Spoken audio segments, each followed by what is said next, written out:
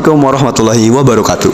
Pada kesempatan kali ini, kami dari kelompok 3 yang terdiri dari saya sendiri, yaitu Hafid, Adam, Wirda, Niken, Vita, dan Daniah akan mempresentasikan dan membahas mengenai proses fermentasi asam laktat.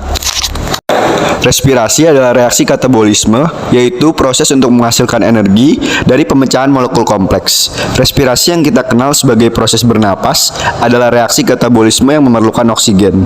Tetapi, terdapat juga proses respirasi yang tidak menggunakan oksigen, yaitu fermentasi asam laktat. Fermentasi asam laktat merupakan sebuah tahapan respirasi anaerob yang menghasilkan asam laktat sebagai produk akhir. Selain asam laktat, fermentasi ini juga menghasilkan energi. Fermentasi asam laktat dapat terjadi pada kelompok bakteri pemecah gula susu atau laktosa. Nah, kelompok bakteri ini juga digunakan untuk pengolahan susu untuk menghasilkan produk susu fermentasi pada penerapan bioteknologi konvensional. Fermentasi jenis ini juga terjadi pada tubuh hewan dan manusia. Mekanisme ini terjadi pada kondisi tertentu yang tidak memungkinkan untuk respirasi aerob atau kondisi hipoksa. Produk asam laktat pada tubuh merupakan senyawa toksik bagi tubuh yang dapat menumpuk di salah satu titik bagian tubuh dan menimbulkan rasa fatigue atau pegal-pegal. Bahan utama dari proses fermentasi asam laktat adalah glukosa dibantu dengan enzim. Nah, berikut persamaan reaksi fermentasi asam laktat yang telah terjadi pada tubuh kita. Pada umumnya, fermentasi asam laktat perlu melalui dua tahapan antara lain proses fermentasi homolaktik dan proses fermentasi heterofermentatif. Pada proses fermentasi homolaktik, terjadi perubahan glukosa menjadi pirufat. Setelahnya, pirufat diubah menjadi dua molekul asam laktat. Enzim yang digunakan pada proses ini adalah enzim laktat dehidrogenase. Pada proses fermentasi heterofermentatif, menggunakan pirufat sebagai penghasil asam laktat, etanol, dan karbon dioksida. Ketiga produk tersebut merupakan hasil dari proses yang dilakukan oleh enzim laktat dehidrogenase dan pirufat dekarboksilase. Selain kedua proses tersebut, fermentasi asam laktat juga melewati proses ini, yaitu proses glikolisis dan reduksi asam pirufat. Berikut penjelasan pada slide selanjutnya. Kami akan membahas glikolisis. Glikolisis merupakan reaksi perombakan glukosa yang terjadi di sitoplasma. Glikolisis terdiri atas 10 tahapan yang melibatkan enzim respirasi di dalam sitoplasma. Pada proses fermentasi asam laktat diawali dengan proses glikolisis. Proses glikolisis akan mengonversi glukosa menjadi 2 ATP yang berasal dari 2 ADP dan 2 fosfat dan 2 NADH yang berasal dari 2 NAD+. Dari reaksi tersebut akan menghasilkan 2 pirufat. 2 pirufat yang dihasilkan akan membentuk langsung direduksi dengan 2 NADH dan menjadi 2 NAD+. Kembali untuk membentuk asam laktat sebagai produk akhir. Kami akan membahas reduksi asam pirufat. Pirufat merupakan senyawa organik sebagai penerima hidrogen terakhir pada fermentasi asam laktat. Reduksi asam pirufat terjadi proses perombakan pirufat dari glikolisis menjadi molekul asam laktat yang merupakan senyawa berkarbon 3. Karena glikolisis menghasilkan 2 asam pirufat, maka asam laktat secara keseluruhan berjumlah 2 molekul. Reaksi reduksi ini membutuhkan ion hidrogen yang diambil dari 2 senyawa NADH produk samping glikolisis.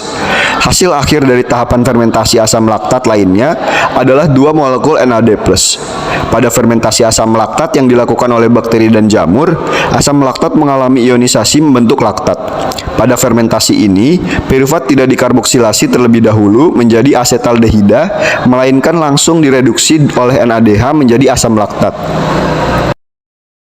Kami akan membahas bakteri yang berperan dalam proses fermentasi asam laktat.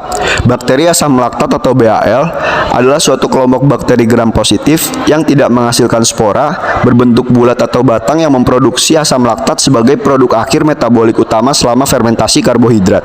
Berdasarkan taksonomi, bakteri asam laktat atau BAL terdiri dari 12 genus.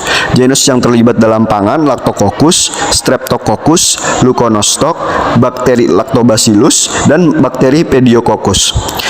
Kebermanfaatan BAL terkait dengan sifat fisiologisnya antara lain penggunaan substrat, metabolisme, sejumlah strain bersifat probiotik dan termasuk GRAS, Generally Recognized as Safe, untuk konsumsi manusia.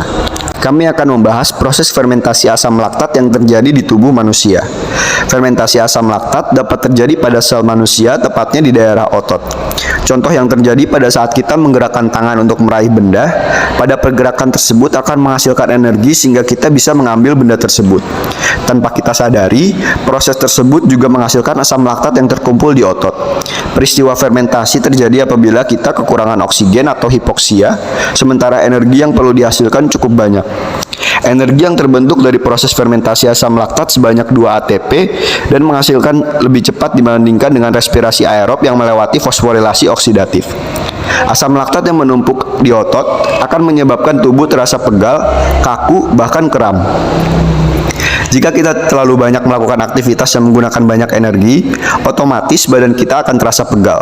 Rasa pegal ini dapat hilang setelah kita beristirahat atau mandi. Kami akan membahas fermentasi asam laktat yang terjadi pada makanan, contohnya pada yogurt dan peda. Yogurt adalah minuman fermentasi yang terbuat dari susu atau olahan susu fermentasi asam laktat oleh bakteri Streptococcus salivarius subspesies Thermophilus dan Lactobacillus bulgaricus. Terbentuknya asam laktat menyebabkan penurunan pH sehingga kasein mengalami koagulasi pembentukan gel yogurt. Reaksi terbentuknya gel yogurt sebagai berikut. CA kaseinat fosfat plus asam laktat menjadi kasein plus CA laktat dan CA fosfat. Kemudian kami akan membahas fermentasi asam laktat pada peda. Peda merupakan produk fermentasi dengan bahan baku ikan. Pada umumnya dibuat untuk ikan yang berkadar lemak tinggi.